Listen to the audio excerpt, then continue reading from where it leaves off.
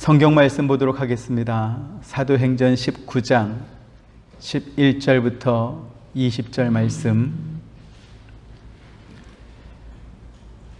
사도행전 19장 11절부터 20절 한 절씩 교독하겠습니다. 하나님이 바울의 손으로 놀라운 능력을 행하게 하시니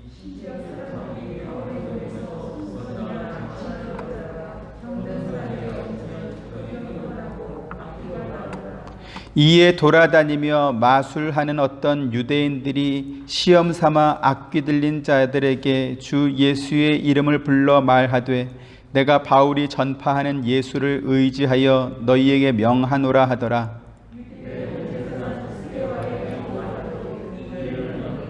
악귀가 대답하여 이르되 내가 예수도 알고 바울도 알거니와 너희는 누구냐 하며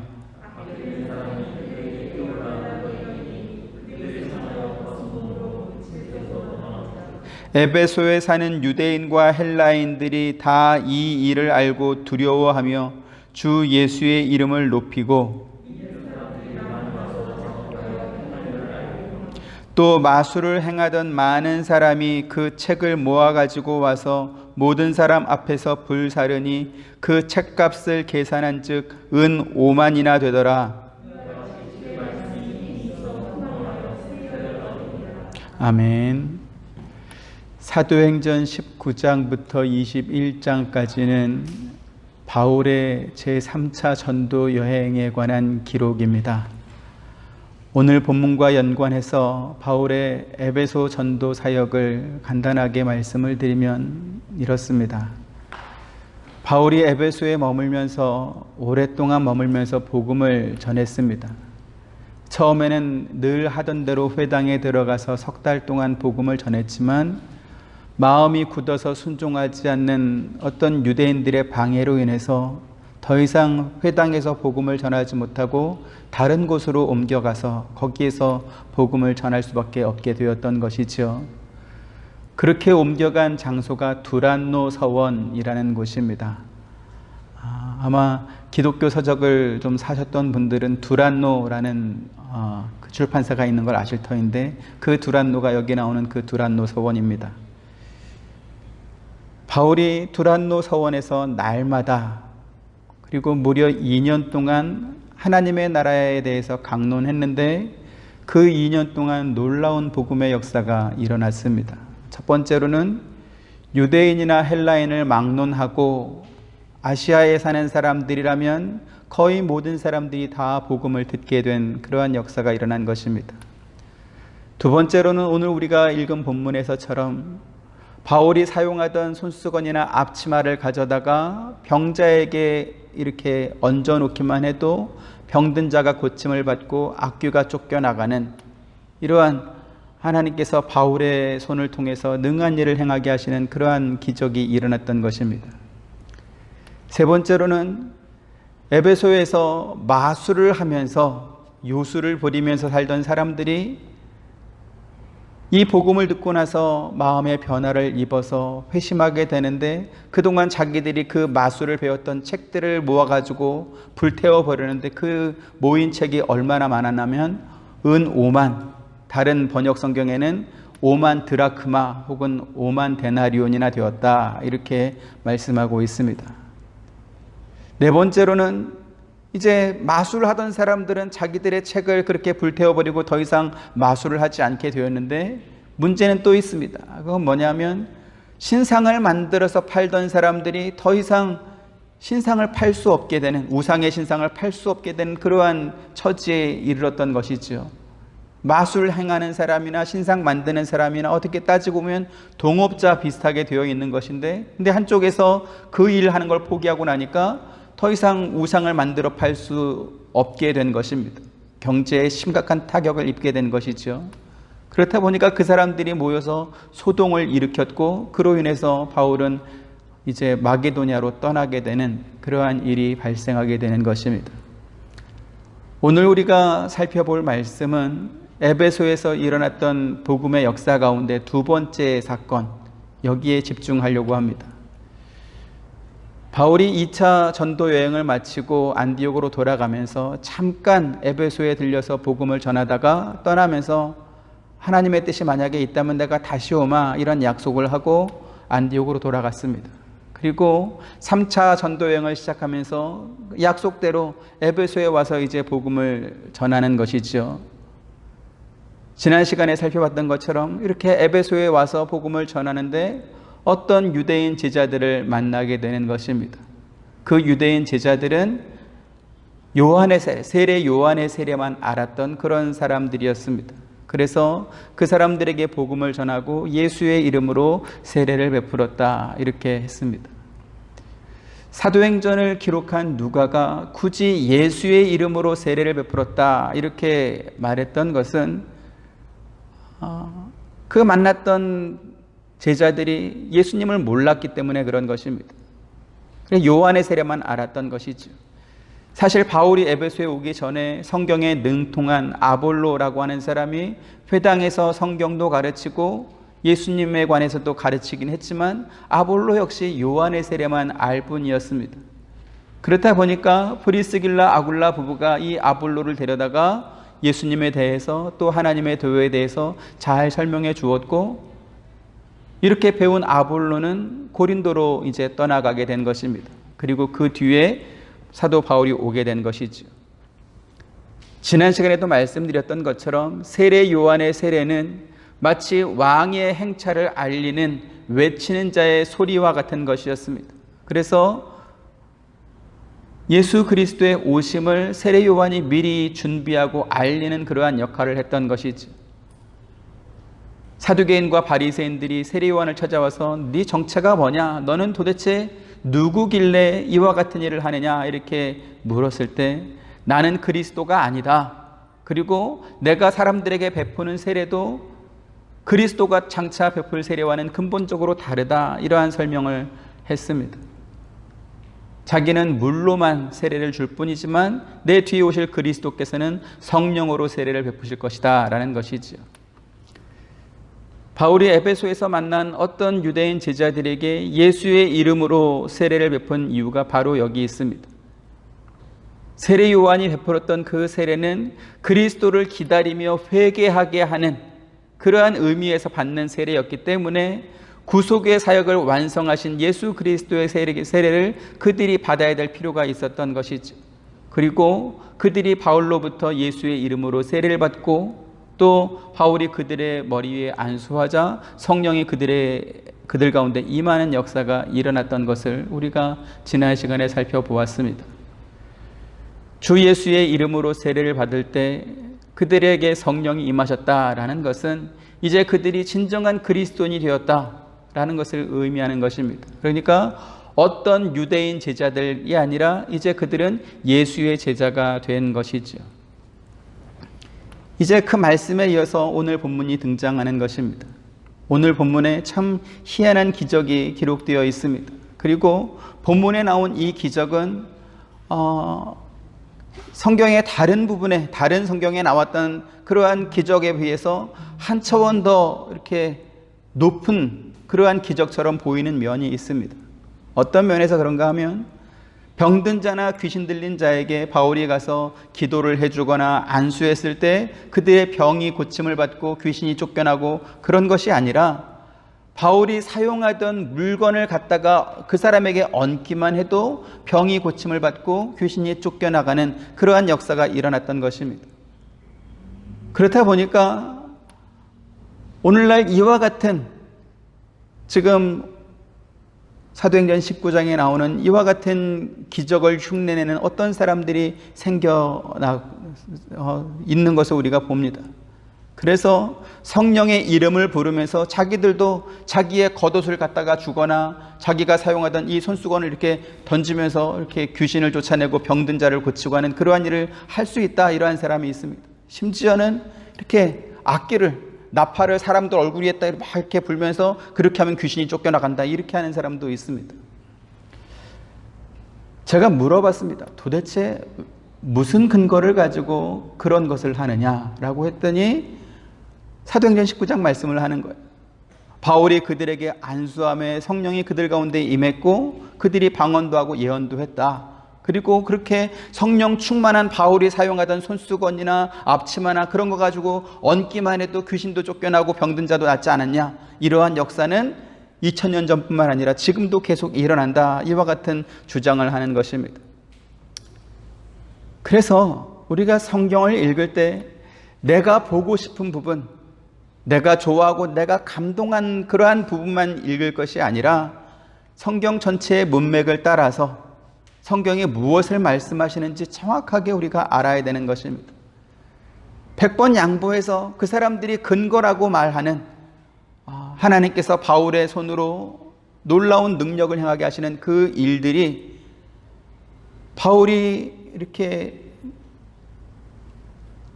어떤 유대인들에게 세례를 베풀고 그들 머리 위에 안수했을 때 성령이 임해서 일어난 것이다. 이렇게 한다면 6절 말씀 이후에 이 11절이 같이 붙어야 되는 것입니다.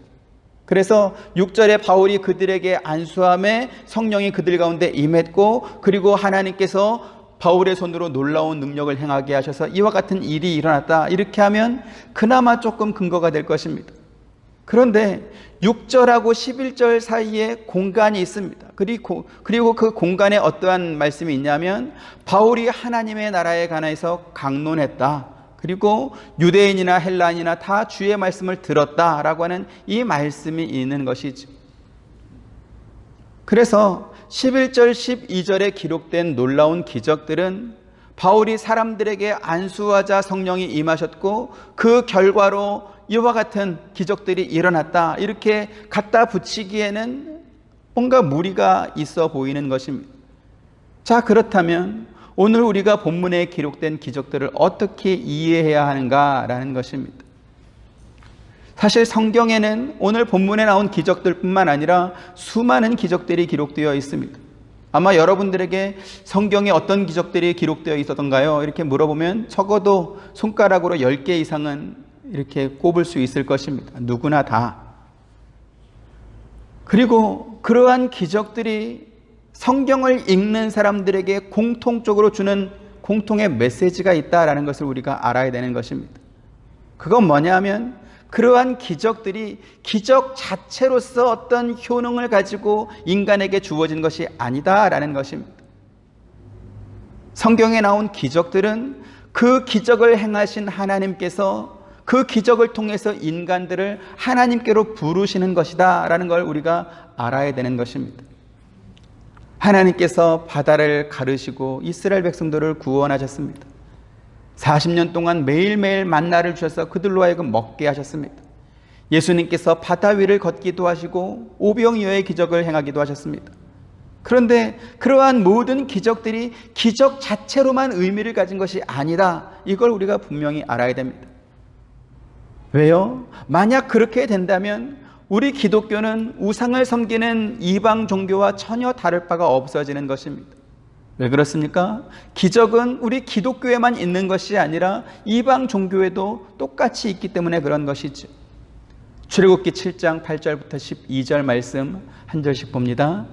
여호와께서 모세와 아론에게 말씀하여 이르시되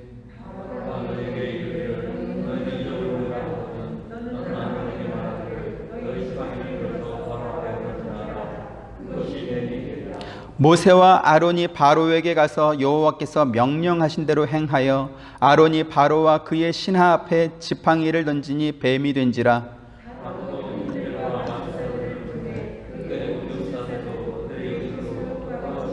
같이 각 사람이 지팡이를 던짐에 뱀이 되었으나 아론의 지팡이가 그들의 지팡이를 삼키니라 이랬습니다. 하나님께서 모세를 통해 아론의 지팡이를 땅바닥에 던지게 하셨고 그 지팡이가 뱀이 되었습니다.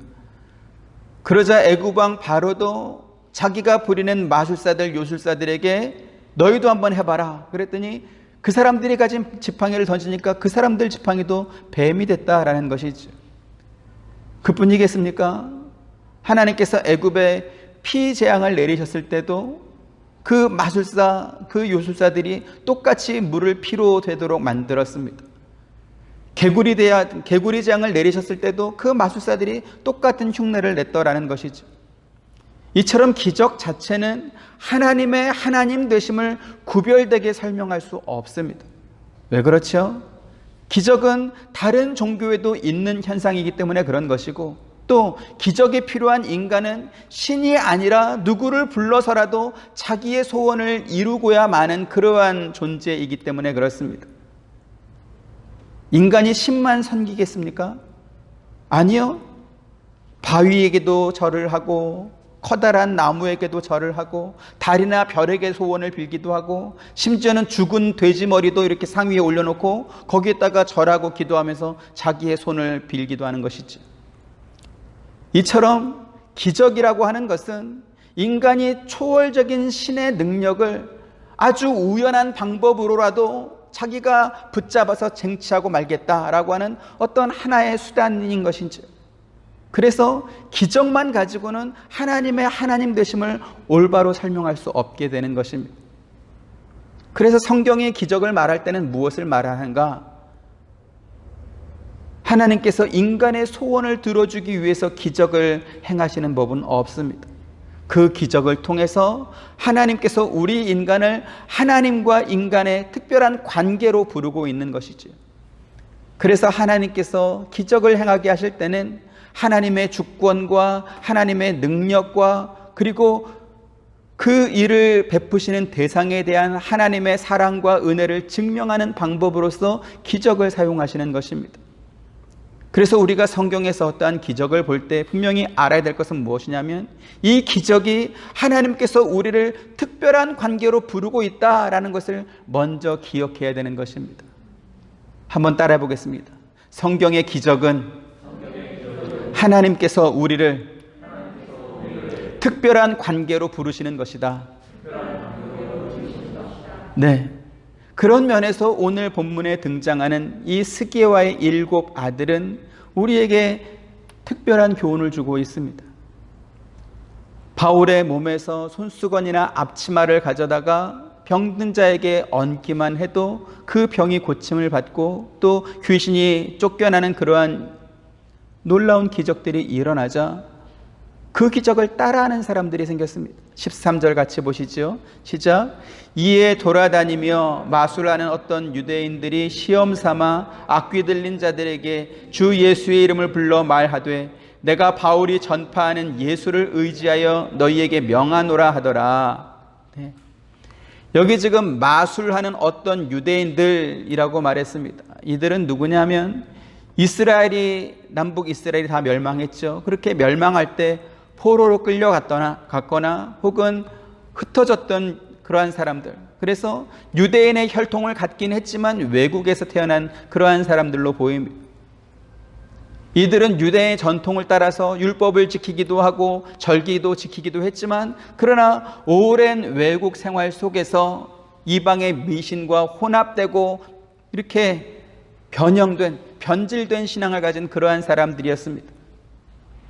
비록 이 사람들이 악귀 들린 사람을 이렇게 불러서 주 예수의 이름을 사용하기는 했지만, 그러나 이 사람들은 예수가 누군지 전혀 모르고 예수와 어떤 친밀한 관계도 없이 단지 시험 삼아 예수를 불러본 것에 불과했던 것입니다.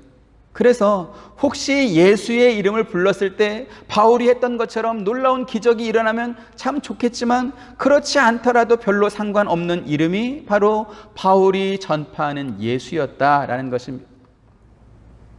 그런데 문제는 무엇입니까? 어떤 유대인들뿐만 아니라 제사장의 아들들까지도 똑같이 그와 같은 일을 했다라는 것입니다. 14절 같이 보시죠. 시작. 유대의 한 제사장 스게와의 7 아들도 이 일을 행하더니 이랬습니다. 우리가 가진 성경에는 유대의 한 제사장이라고 번역되어 있지만 헬라어 원문에는 대제사장으로 이렇게 기록되어 있고요. 또 킹 제임스 버전이나 여러 영어 성경에도 그렇게 대제사장으로 기록되어 있습니다. 그러면 왜 대제사장이 예루살렘이 아니라 이방 나라인 에베소에 와서 살고 있는가 하는 것입니다. 유대인의 문헌에는, 그러니까 족보겠죠. 유대인의 족보 문헌에는 스게와라고 하는 대제사장의 이름이 없다라고 말합니다. 그런 면에서 오늘 본문에 나온 이 사람들은 대제사장 가문에 속한 사람이 아님에도 불구하고 자기들의 이익을 위해서 대제사장이라는 직분을 사칭했던 그러한 사람들로 보입니다. 그리고 지금까지 이 스게와와 그의 7 아들들은 대제사장도 아니면서, 사실은 대제사장도 아니면서 마치 자기들이 대제사장인 것처럼 사람들을 속이면서 살아왔던 것이죠. 그래서 마술하는 어떤 유대인들처럼 속임수로 사람들을 현혹하면서도 대제사장이라는 그러한 직분을 이용해서 마치 자기들에게 대단한 능력이 있는 것처럼, 종교적인 능력 혹은 영적인 능력이 있는 것처럼 그렇게 사람들을 속여왔던 것입니다. 그래서 악귀 들린 사람에게 내가 바울이 전파하는 예수를 의지하여 너희에게 명하노라 이렇게 하면서 자기들에게도 바울뿐만 아니라 바울과 비슷한 그러한 영적인 능력이 있다라는 것을 사람들에게 보여주고 싶었던 것이죠. 하지만 어이없게도 그들의 정체, 그들이 가짜라고 하는 정체는 귀신들에 의해서 드러나게 되는 것입니다. 15절 16절 한 절씩 봅니다. 악귀가 대답하여 이르되 내가 예수도 알고 바울도 알거니와 너희는 누구냐 하며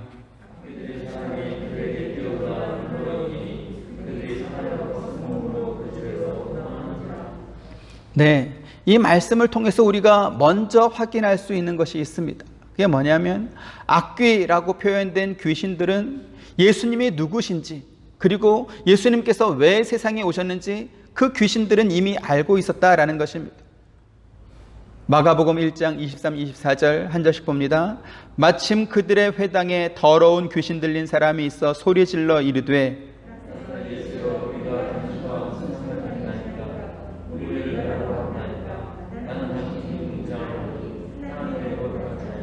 네, 보시는 것처럼 귀신들은 예수님께서 세상에 오신 이유가 자기들을 멸하러 왔다라는 것을 이미 알고 있었습니다. 그런데 오늘 우리가 읽은 본문에 보면 이 귀신들이 예수님뿐만 아니라 바울도 알고 있더라는 것이죠. 그러면 귀신들은 바울을 어떻게 알았을까요? 예수님은 하나님의 아들이시고 귀신들을 멸하러 세상에 오셨기 때문에 귀신들이 예수님은 알지만 이 귀신들은 바울을 어떻게 알았을까 하는 것입니다.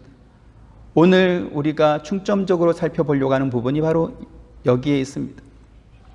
앞서 하나님께서 기적을 통해서 우리를 하나님과 우리 사이에 특별한 관계로 부르신다 이렇게 말씀을 드렸습니다. 그리고 성경에 기록된 모든 기적들 중에서 가장 큰 기적이 무엇이냐라고 하면 하나님께서 그 아들 예수 그리스도를 세상에 보내신 것, 이것이 가장 큰 기적입니다. 홍해가 갈라지고 보리떡 5개 물고기 2마리로 5,000명이 먹고 죽은 자를 살아나고 이런 귀신이 쫓겨나고 이러한 기적들이 큰 기적이 아니라 하나님의 아들이 육신의 몸을 입고 세상에 오셔서 우리 대신 고난을 받으시고 형벌을 받으시고 십자가 위에서 죽으시고 부활하신 이것이 가장 큰 기적입니다. 로마서 8장 32절 같이 보시죠. 시작. 자기 아들을 아끼지 아니하시고 우리 모든 사람을 위하여 내주신 이가 어찌 그 아들과 함께 모든 것을 우리에게 주시지 아니하겠느냐. 아멘. 하나님께서 자기의 아들도 아끼지 아니하시고 사람들에게 내주신 이유가 무엇일까요? 그것은 사람을 구원하여 하나님과의 관계를 회복하게 하기 위해서 예수님을 보내주신 것입니다. 어떤 관계입니까? 아버지와 아들의 관계, 즉 혈연 관계처럼 그렇게 맺어주길 원했다라는 것입니다. 원래 예수님과 아버지 하나님은 한 분입니다. 요한복음 17장 21, 22절 아버지여 아버지께서 내 안에 내가 아버지 안에 있는 것 같이 그들도 다 하나가 되어 우리 안에 있게 하사 세상으로 아버지께서 나를 보내신 것을 믿게 하옵소서.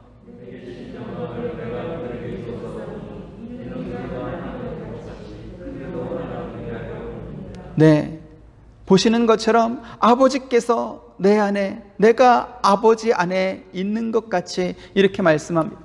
예수님과 아버지는 한 분이시다라는 것이죠.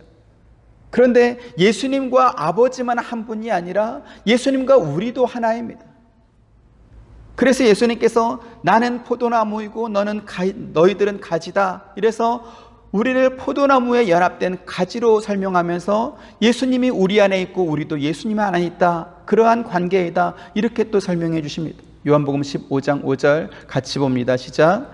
나는 포도나무요 너희는 가지라. 그가 내 안에 내가 그 안에 거하면 사람이 열매를 많이 맺나니 나를 떠나서는 너희가 아무것도 할 수 없음이라 이랬습니다. 우리가 예수님 안에, 예수님이 우리 안에 거하는 관계이다, 이러한 말씀이 무슨 뜻일까요? 가지는 포도나무에 연결되어 있고 또 포도나무는 가지에게 영양분을 주는 그러한 하나인 관계다라는 것입니다. 다시 말씀드려서 가지가 포도나무를 붙잡고 있는 것이 아니라 포도나무가 가지에게 영양분을 주는, 그래서 포도나무와 가지와 열매가 하나인 그러한 관계를 말하는 것입니다. 요한복음 15장 16절 같이 봅니다. 시작. 너희가 나를 택한 것이 아니요 내가 너희를 택하여 세웠나니 이는 너희로 가서 열매를 맺게 하고 또 너희 열매가 항상 있게 하여 내 이름으로 아버지께 무엇을 구하든지 다 받게 하려 함이라. 아멘. 네, 가지가 포도나무를 택한 것이 아니라 포도나무가 가지를 내는 것입니다. 그러면 열매는 어떤 것입니까? 가지가 뭔가 좋은 것을 만들어 가지고 나무에게 이렇게 공급해 주는 것, 갖다 바치는 것입니까? 그게 아니라 가지에 늘 열매가 있도록 나무가 공급해 주는 것입니다. 그래서 예수님께서 하신 말씀이 뭐죠? 이는 너희로 가서 열매를 맺게 하고 또 너희 열매가 항상 있게 하여, 이러한 말씀을 주는 것입니다. 열매를 맺게 하고 그 열매가 항상 있도록 하는 것은 누가 하는 것입니까? 나무가 하는 것입니다. 가지가 하는 것이 아니라 나무가 하는 것입니다. 그래서 여기에서 가장 중요한 내용이 무엇입니까? 가지는 포도나무에 늘 붙어 있어야 된다, 연합되어 있어야 된다, 연결되어 있어야 된다라는 것입니다. 포도나무와 하나가 된, 연결된 가지라야 열매를 맺을 수 있는 것이지, 나무에서 분리된 가지는 열매가 있습니까? 없습니까? 열매가 없는 것입니다.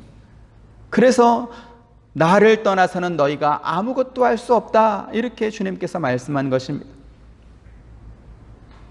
앞서 성경에 기록된 모든 기적 중에서 가장 큰 기적이 하나님께서 예수 그리스도를 세상에 보내신 것이다, 이렇게 말씀드렸습니다. 왜 그렇습니까? 죄로 인해서 하나님과 영원히 단절된 인간이, 영원한 멸망밖에 없었던 인간이 예수 그리스도의 십자가의 대속으로 인해서 이제는 하나님과 하나 되고 연결되고 연합된 그러한 존재가 되었기 때문에 그렇습니다. 아버지와 예수님이 하나인데 그 예수님과 우리와 하나입니다. 그러니까 우리와 아버지는 하나니까 둘입니까? 하나죠. 그렇죠? 예수님과 아버지 하나님과 예수님이 하나고 그 뒤에 우리가 또 같이 붙어있기 때문에 이거는 뗄래야 뗄 수 없는 하나인 것입니다. 다시, 악귀가 바울을 어떻게 알았겠습니까? 바울이 기적을 많이 행해서 그래서 알았겠습니까? 사람들이 바울이 쓰던 손수건이나 앞치마를 갖다가 사람들에게, 그 병든 사람들에게 얹었더니 병도 낫고 귀신도 쫓겨나고, 그래서 놀라운 능력을 행하니까 야, 바울 참 대단하네, 저 어떻게 저런 걸 했지? 그래서 알아챈 것입니까? 그게 아니고요. 그게 아니고 바울, 그가 예수님과 하나 된 존재였기 때문에 알아본 것입니다. 다시 말씀드려서 악귀가 바울을 볼 때 그가 많은 기적을 행하는 능력 있는 사람으로 본 것이 아니라 그 바울을 붙잡고 있는 포도나무이신 예수님을 보고 바울을 안 것입니다. 그래서 이러한 지식을 배경으로 15절 말씀을 다시 한번 보시기 바랍니다. 같이 보시죠. 시작.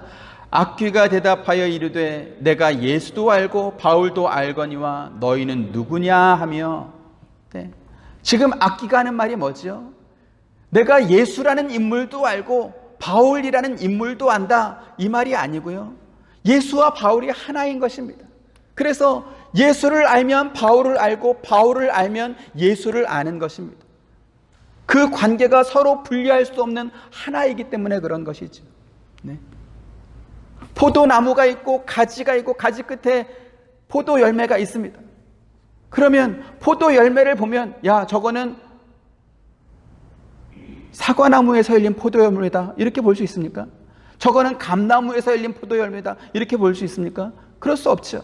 그 포도열매를 보면 야, 그 포도열매가 가지에 붙어 있고 그 가지는 포도나무에 붙어 있고 전체는 그냥 포도나무고 포도열매고 그런 것입니다. 저거는 포도다. 그러면 열린 그 열매만 포도다라고 하는 게 아니라 그 가지도 포도고 그 나무도 포도고 그냥 다 포도인 겁니다. 그렇지 않습니까? 내가 바울도 알고 예수도 아는데 너는 누구냐? 악귀가 어떻게 알았다고요? 바울을 보니까 바울이 연결되는 예수를 아니까 예수도 알고 바울도 알고 그렇게 알아지는 것입니다. 바울이 예수의 이름으로 병든 사람을 고치고 귀신을 쫓아냈습니다. 심지어 에베소 지방에 사는 사람들이 바울이 사용하던 손수건과 앞치마만 가져가도 병자가 고침을 받고 귀신이 쫓겨났습니다. 일반적인 세상의 이치로 생각하면 병의 증상이 같고 그리고 똑같은 증상을 가진 사람에게 똑같은 약을 처방을 합니다. 가령 내가 감기가 걸렸다. 근데 나도 감기가 걸리고 또 우리 김기욱 권사님도 똑같은 감기에 걸렸습니다. 병원에 갔더니 감기입니다. 요즘에 유행하고 있거든요. 약 3일 먹으십시오. 그래서 저도 처방받아 와서 약을 먹고 우리 권사님도 똑같은 처방받아서 그 약을 먹었습니다. 그러면 효과가 전혀 다르게 나타납니까? 같거나 비슷하겠습니까? 같거나 비슷하겠죠. 그렇죠? 병의 증상이 같고 의사와 처방한 어떤 약이 같다면 그 결과도 같거나 비슷하게 나와야 될 것입니다. 어떤 사람은 이틀 만에 낫고 어떤 사람은 5일 만에 낫는 어떤 그런 차이는 있겠지만 어쨌든 그 약의 효능이 같다라는 것입니다. 본문으로 비유하자면 병든 사람에게 약봉지 가져가는데 그 병든 사람이 나았습니다. 그래서 어떤 유대인들, 마수라는 어떤 유대인들, 또 스게와의 7 아들들, 이 사람들이 귀신 들린 사람에게 똑같은 처방을 하는 겁니다. 그 처방이 뭐죠? 예수의 이름입니다. 바울도 예수의 이름으로 그들을 고쳤고 이 스게와의 7 아들들도 예수의 이름으로 그 귀신 들린 사람들에게 말한 것입니다. 그랬더니 어떤 결과가 났다고요? 악귀가 너는 누구냐? 그러면서 달려들어가지고 이렇게 억압하니까 벗은 몸으로 도망갔다. 이렇게 되지 않습니까? 16절 다시 보시죠. 시작. 악귀 들린 사람이 그들에게 뛰어올라 눌러 이기니 그들이 상하여 벗은 몸으로 그 집에서 도망하는지라 이랬습니다. 왜 이런 현상이 벌어졌는가라는 것이죠. 똑같은 예수의 이름을 말했는데 왜 이러한 현상이 벌어졌을까? 그것은 스게와의 7 아들은 예수와 아무런 관계도 없는 사람들이었기 때문에 그런 것입니다. 그래서 예수 이름은 아무나 막 가져다가 써도 되는 그러한 그 무료 신문 같은 그러한 이름이 아닙니다.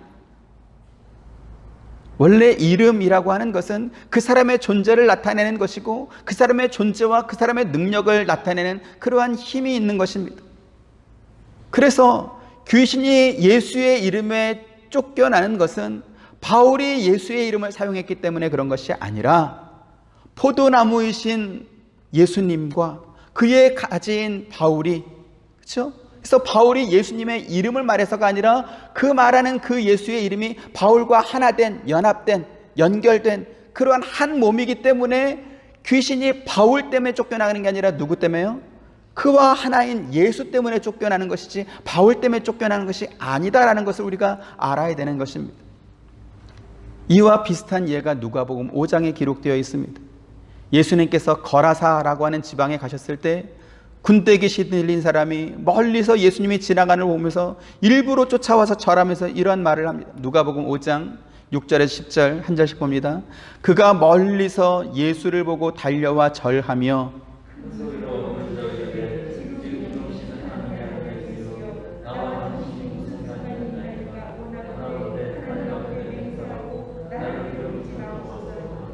이는 예수께서 이미 그에게 이르시기를 더러운 귀신아 그 사람에게서 나오라 하셨음이라.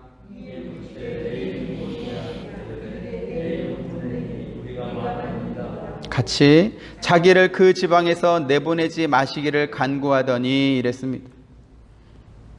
이 군대 귀신 들린 사람은 하나님이 누구신지 예수님이 누구신지 또 하나님과 예수님의 관계가 어떠한지 다 알고 있었습니다. 지식이 있었다라는 것이죠. 그런데 이렇게 많은 지식을 가지고 있는 이 귀신 들린 사람이 왜 예수님을 보고 두려워했습니까? 그 군대 귀신 들린 사람은 예수님과 아무런 관계가 없는 그러한 사람이었기 때문에 그런 것입니다. 오늘 본문을 통해서 우리가 점검하고 확인해야 될 부분이 바로 여기에 있습니다. 저와 여러분도 하나님을 믿고 예수님의 이름으로 기도를 합니다. 그런데 우리가 하는 기도가 어떤 차원에서 드려지고 있는지 점검해 볼 필요가 있는 것입니다. 우리가 교회에 나와서 혹은 집안 조용한 곳에서 하나님께 하는 그러한 기도가 세상에서 이루고 싶은 욕심과 소원을 이루기 위한 어떤 수단으로만 사용되고 있다면 스게와의 7 아들이 불렀던 예수 이름과 별로 다를 것이 없어지는 것입니다. 왜요?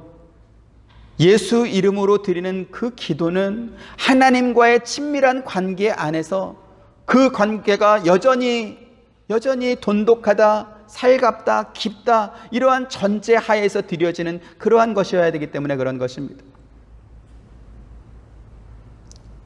가장 대표적인 예를 들자면 야곱이 그 아들 요셉을 축복하면서 드렸던 그러한 기도를 우리가 살펴볼 수 있을 것입니다. 창세기 49장 22절부터 26절 또 한 절씩 봅니다. 요셉은 무성한 가지 곧 샘 곁에 무성한 가지라 그 가지가 담을 넘었도다. 요셉의 활은 도리어 굳세며 그의 팔은 힘이 있으니 이는 야곱의 전능자 이스라엘의 반석인 목자의 손을 힘 입음이라.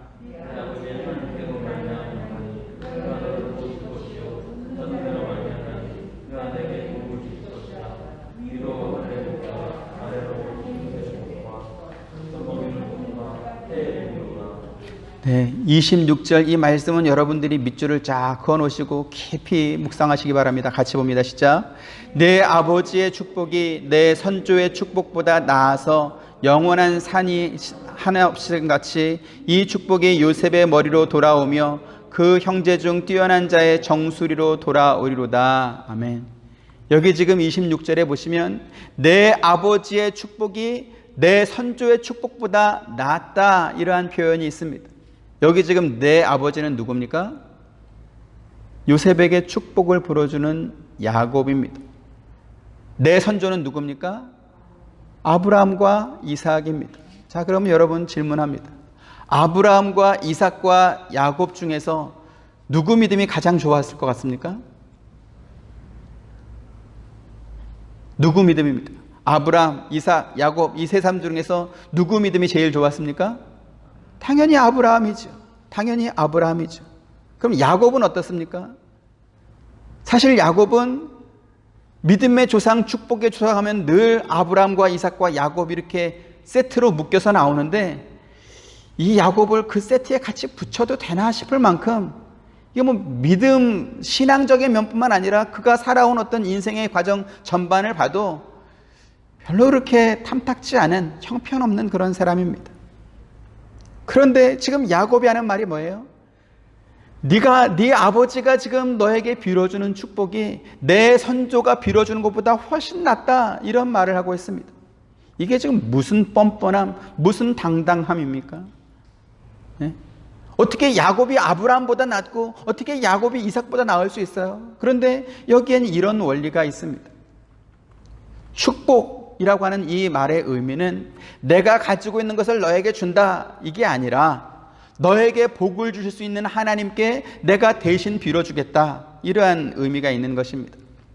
그래서 야곱이 요셉을 축복하면서 하나님께 기도하고 빌어주었을 때 야곱이 빌어준 그 축복이 아브라함이나 이삭이 빌어준 것보다 훨씬 더 나으려면 어떤 조건이 필요하겠습니까? 하나님과의 관계가, 하나님과 아브라함의 관계, 하나님과 이삭과의 관계, 하나님과 야곱과의 관계 중에서 내게 제일 낫다 그러면 어떤 게 제일 세다는 거예요? 나와 하나님과의 관계가 훨씬 더 세다, 지금 이 말하는 겁니다. 요셉에게 하는 말이 하나님과 아브라함의 관계보다 나와 하나님과의 관계가 훨씬 세다. 하나님과 이삭과의 관계보다 나와 하나님과의 관계가 훨씬 세다. 이러한 말을 하는 것입니다. 사실 야곱의 생애는 아브라함이나 이삭보다 더 믿음이 있어 보이지 않고 그가 살아온 인생의 전반을 통틀어 봐도 별로 본받고 싶은 것이 없습니다. 왜요? 어려서부터 야곱은 형을 속이고 아버지를 속이고 그래서 목숨의 위협을 받고 멀리 사는 삼촌 라반 집으로 도망갔던 사람입니다.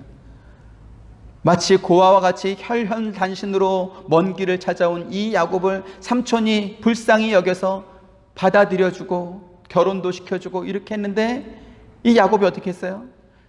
삼촌과 그 사촌 형제들을 속이고 그 집에 있는 가장 좋은 양들을 다 자기 것으로 만들었던 사람이 야곱입니다.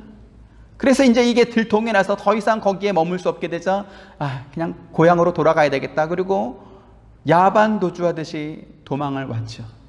근데 오는 길에 혹시 형이 여전히 나를 미워하나 이렇게 정탐을 보내는데 아니나 다를까 형이 400명의 장정을 데리고 자기를 마중 나오고 있다라는 이러한 소식을 들으니까 등골이 서늘한 겁니다. 그래서 어떻게 하죠?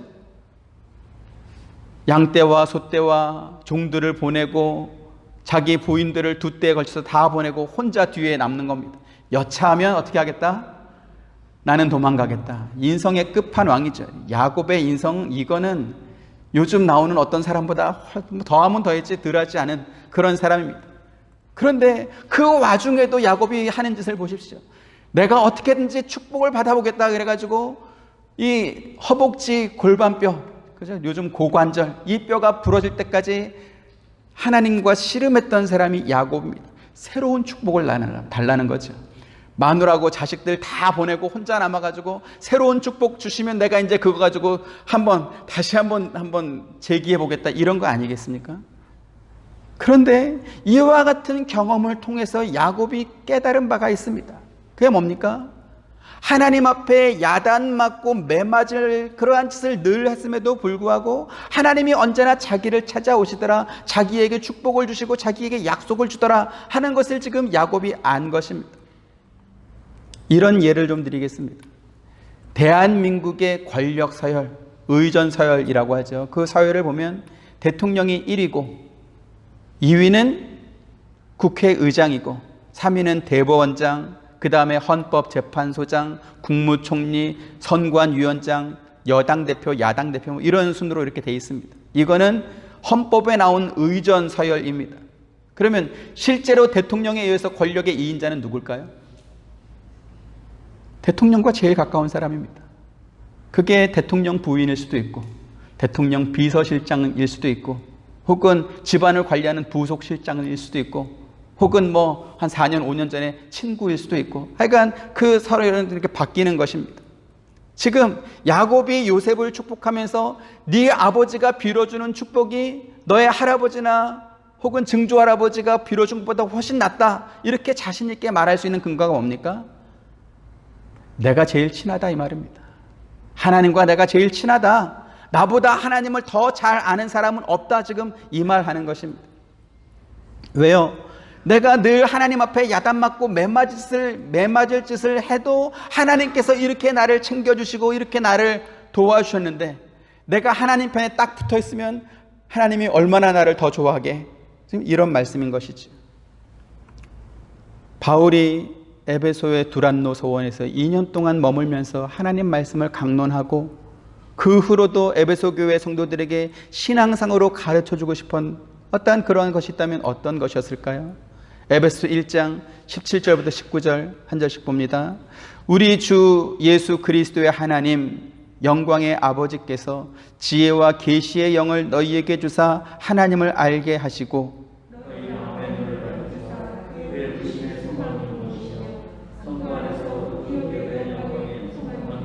같이 그의 힘의 위력으로 역사하심을 따라 믿는 우리에게 베푸신 능력의 지극히 크심이 어떠한 것을 너희로 알게 하시기를 구하노라. 아멘.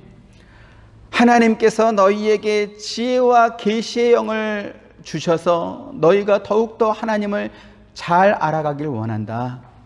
너희의 마음의 눈이 밝아져서 하나님께서 너희를 부르신 목적이 무엇인지 너희가 깨달아 알길 원한다.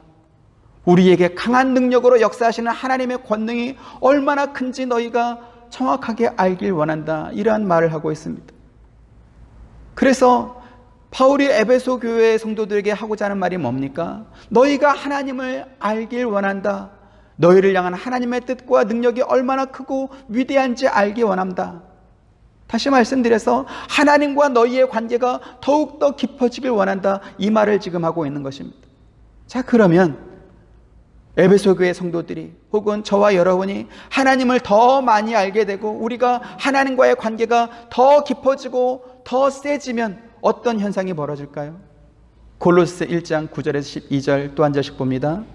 이로써 우리도 듣던 날부터 너희를 위하여 기도하기를 그치지 아니하고 구하노니 너희로 하여금 모든 신령한 지혜와 총명에 하나님의 뜻을 아는 것으로 채우게 하시고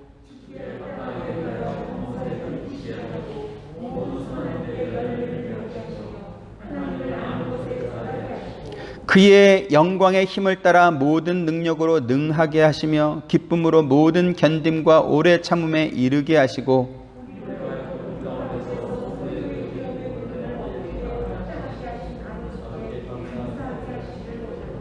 네, 신령한 지혜와 총명으로 하나님의 모든 뜻을 다 알게 되고 모든 선한 일에 열매를 맺게 되고 그의 영광의 힘을 따라서 모든 능력으로 능하게 되면 어떤 일이 벌어진다고요? 기쁨으로 모든 견딤과 오래 참음에 이르게 된다. 이렇게 말합니다. 여기 지금 모든 견딤과 오래 참음은 우리가 좋고 즐겁고 기쁠 때 하는 것입니까? 아니면 좀 괴롭고 힘들 때 할 것입니까? 괴롭고 힘들 때 하는 것입니다. 하나님을 알고 나니까 그분의 힘을 따라서 모든 능력으로 능한 일을 하면서 보니까 견디고 오래 참아야 되는 그러한 일들이 있더라는 것입니다. 어떻게 해요? 디모데후서 3장 10절 11절 또 봅니다. 나의 교훈과 행실과 의향과 믿음과 오래 참음과 사랑과 인내와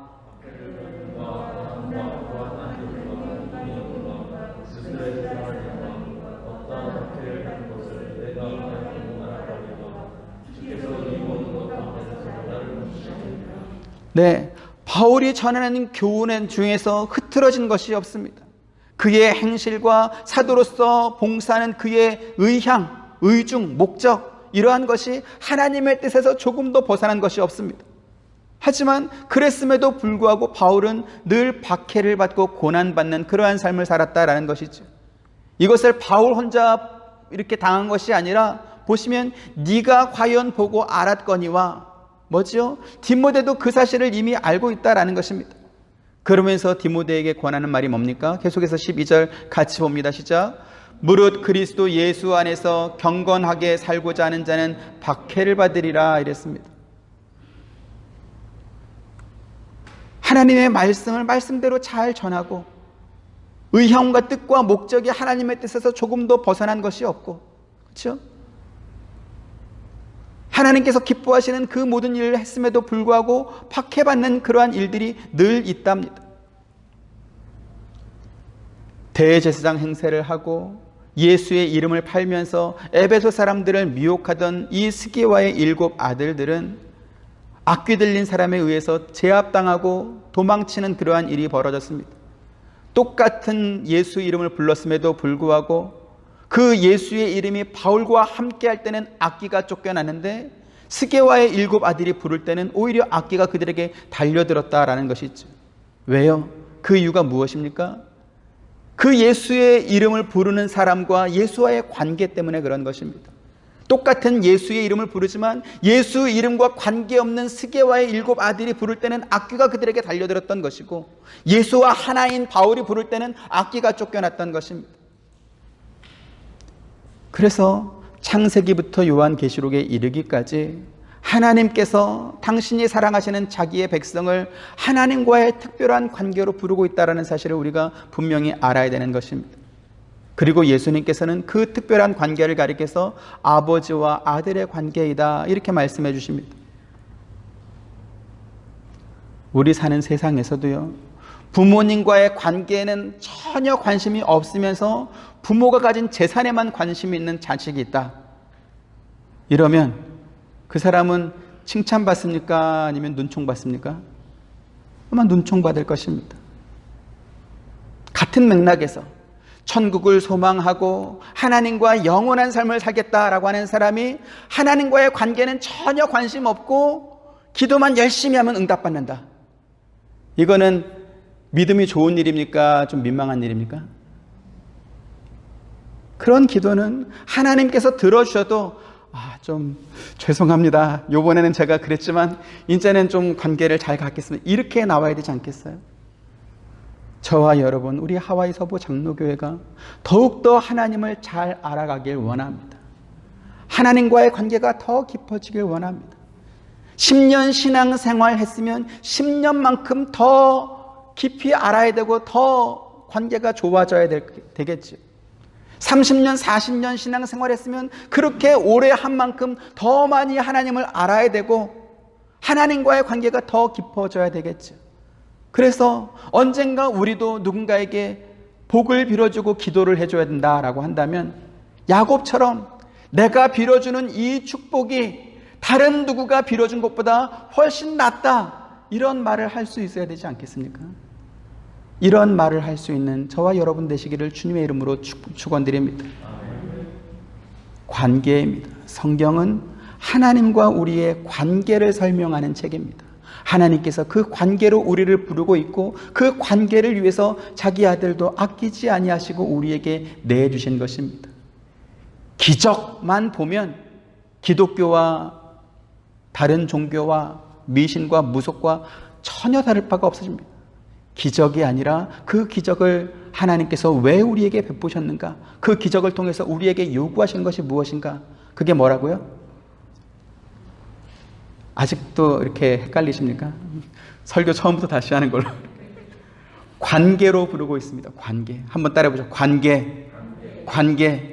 하나님의 관심은 관계입니다. 우리와 하나님과의 관계. 그래서 더 많이 하나님을 알아가시고 이 관계가 더욱더 깊어지시기를 주님의 이름으로 축원드립니다.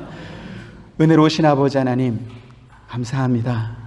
하나님께서 우리를 아버지와 아들의 관계로 포도나무와 가지처럼 하나된, 연합된, 연결된 관계로 부르고 있다는 사실을 우리가 배워 봅니다. 기적에 눈돌아가는 우리가 되지 않게 하시고 그 기적을 통해서 우리를 부르시는 하나님의 음성을 듣게 하옵소서. 예수님의 이름으로 기도드립니다. 아멘.